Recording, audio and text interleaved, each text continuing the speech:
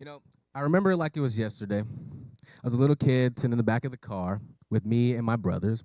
We'd be on a road trip or going to the store, and we would pass all these fast food restaurants like McDonald's, Starbucks, Wendy's, especially Chick-fil-A.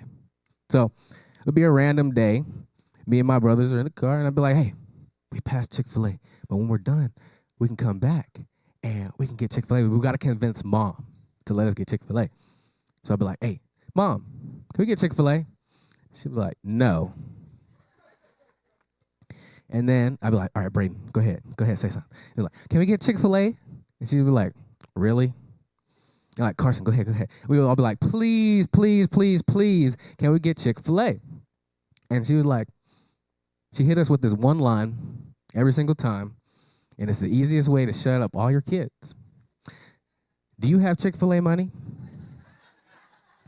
And of course, we would stop because no, we didn't have any money. We're little kids. We weren't thinking about bills, groceries, gas prices. We weren't thinking about any of that, right? All we wanted was a chicken sandwich. Now that I'm older, I realize it wasn't for nothing. She was teaching us lessons, teaching us when we were supposed to say no, and little things like discipline. But if you look even deeper, sometimes the lesson is bigger than that. It's preparation, right? So sometimes we don't get what's shaping us more than sometimes we don't get the things that are shaping us more than the things that we do get. And that's exactly how God works sometimes. He doesn't have to answer us right away. He doesn't always explain himself, right? But there's purpose behind it. There's a lesson, protection, and preparation, even when we don't understand, right? But we all been there, asking why. Like, God, why is this happening? Why the pain? Why aren't you answering my prayers the way I want to? Maybe for some of us, it's deeper than Chick-fil-A. Well, most of us, it's deeper than Chick-fil-A. During the series, we're studying the Gospel of John. And seeing that I'm kind of new to this whole thing, I had a lot of questions. Me and Pastor Chris were sitting down. We were reading this. He was even to the point, he was like, why did I give you this passage? Because I really didn't know where I was going to take it. Right, so in that process, I was asking why. And now that I'm looking back in the rearview mirror, I understand, right? So if you all open your books to John chapter 2, verse 1 through 11, we're going to see Jesus do something that its purpose isn't revealed until the end. On the third day, a wedding took place at Cana in Galilee. Jesus' mother was there, and Jesus and his disciples had also been invited to the wedding. So let's pause. For context, Cana is about 20 miles from where Jesus is from in Nazareth, right? Back in those times, that would be a 7 to 8 hour walk. For Jesus, that's no thing, and for people back in that time, they walked everywhere unless you had the opportunity to have a camel or some type of thing to take you places, right? Also, another thing to note, weddings during this time were very, very, very long, like week-long celebrations. So they were a big, big, big staple point to the family's prosperity. They're a public symbol of honor, reputation, and family pride, right? So let's get back into it. In verse 3, when the wine was gone, Jesus' mother said to him, they have no more wine. Woman, why do you involve me?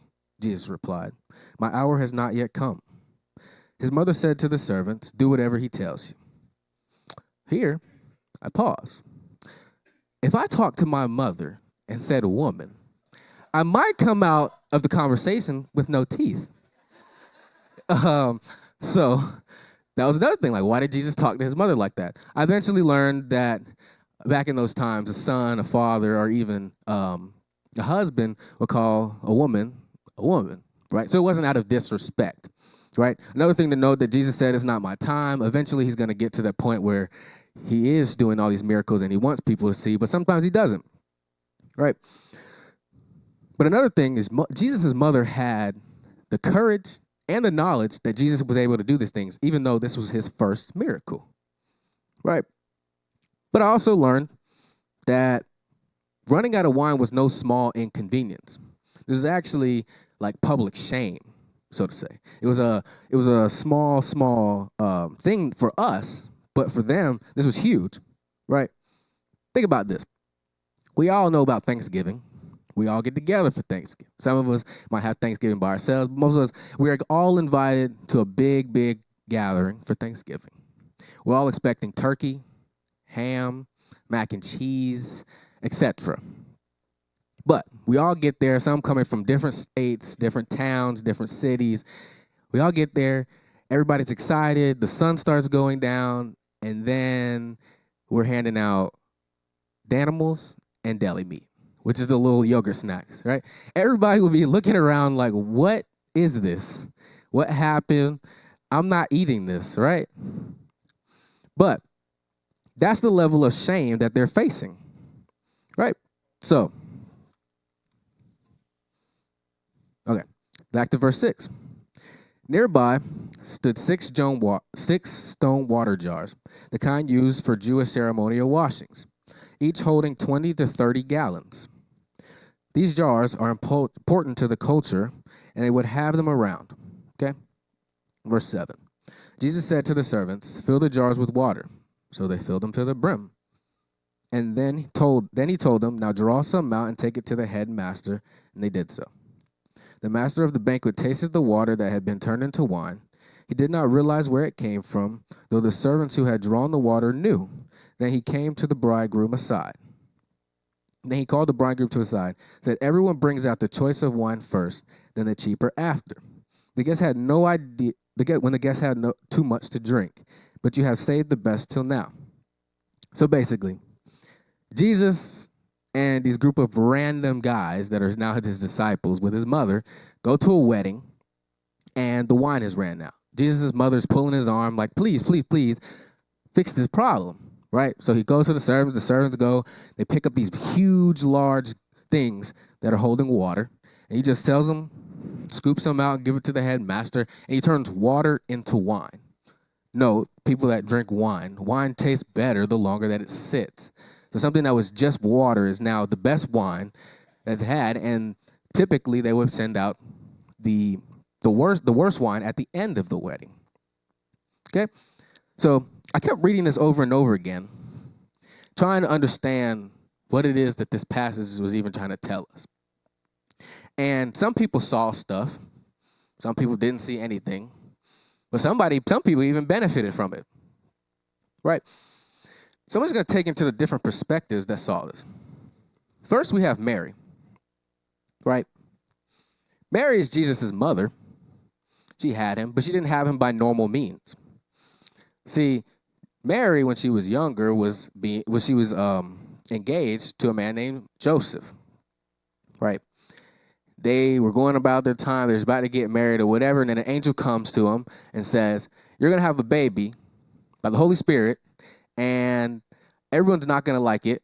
Somebody's going to try to kill you, but he's going to save the world," right? And Mary just said, all right. She just listened. She had the faith, and she was ready to go out, and she fed this man. She cooked and cleaned. She taught him, did everything that a mother would do. But she still had faith in him at the end of the day that he was going to be able to provide this thing, right? Then we have the servants.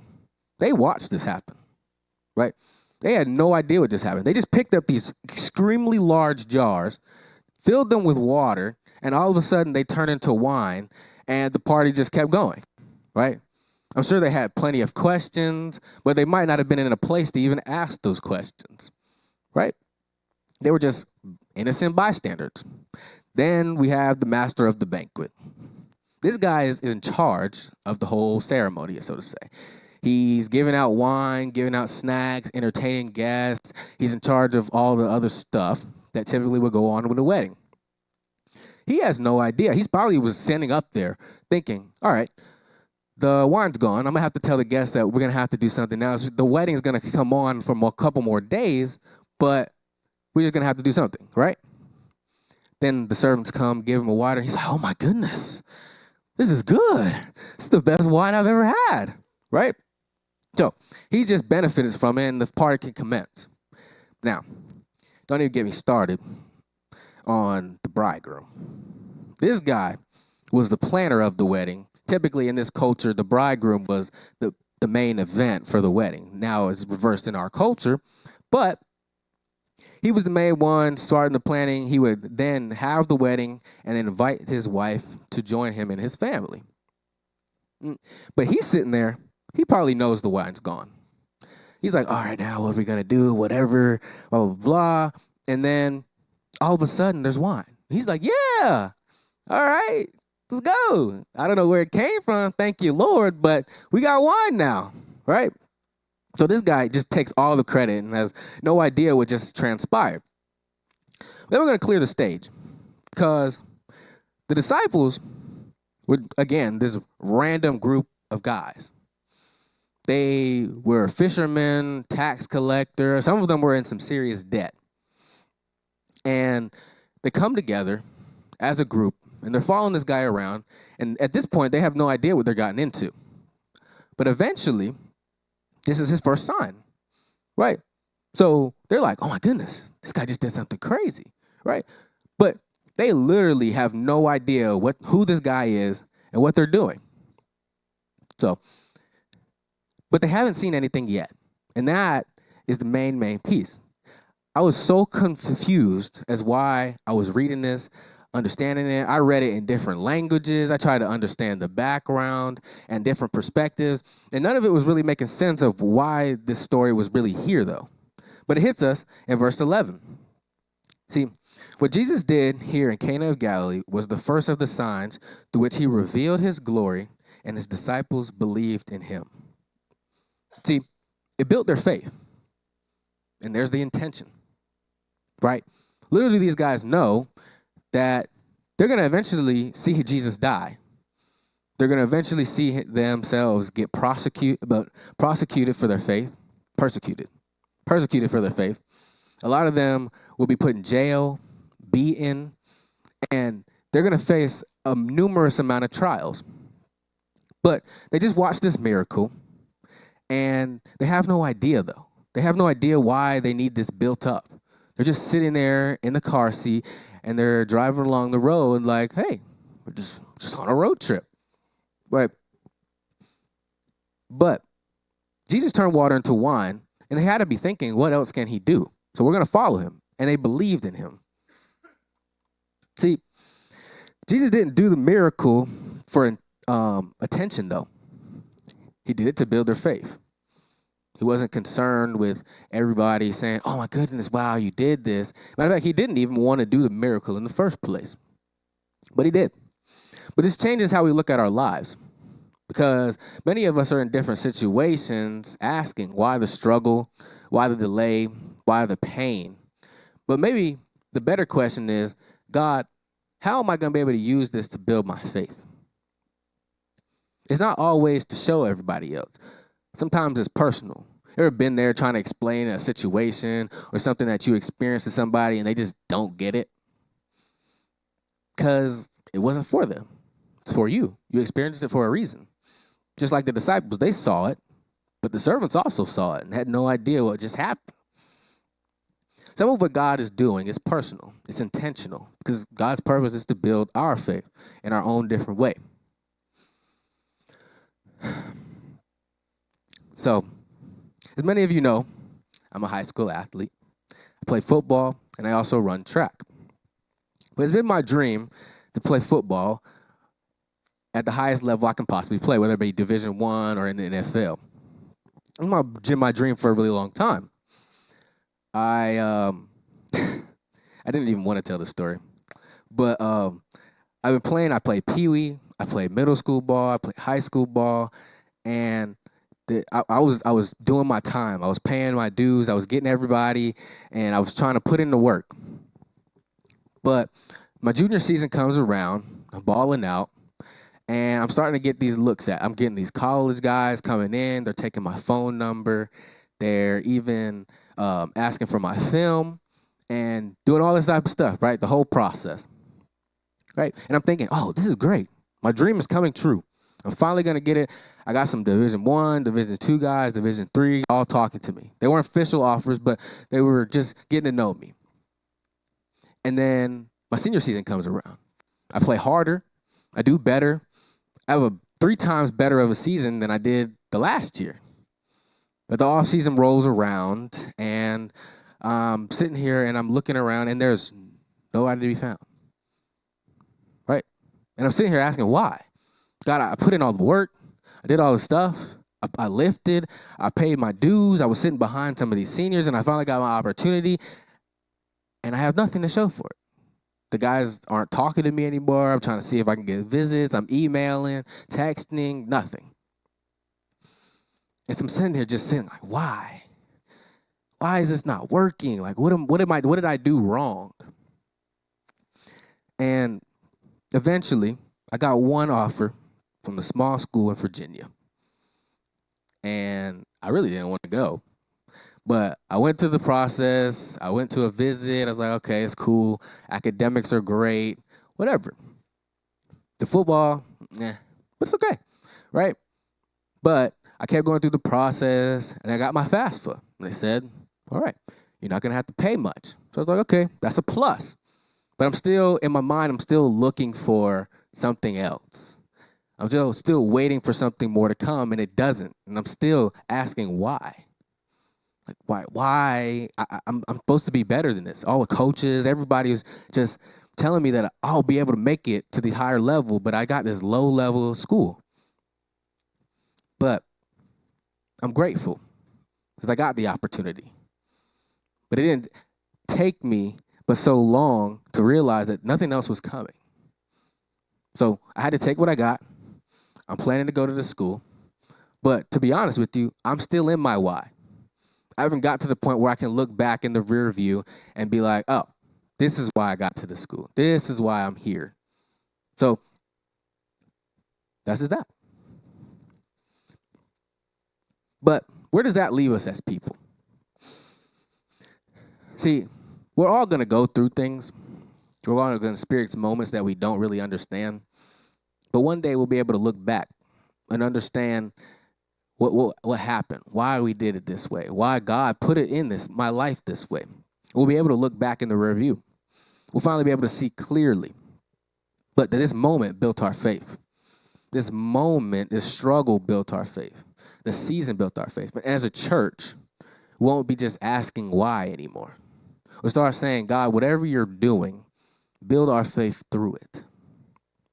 Because at the end of the day, God's purpose is to build our faith. Because without him, and if we knew everything, we wouldn't need him.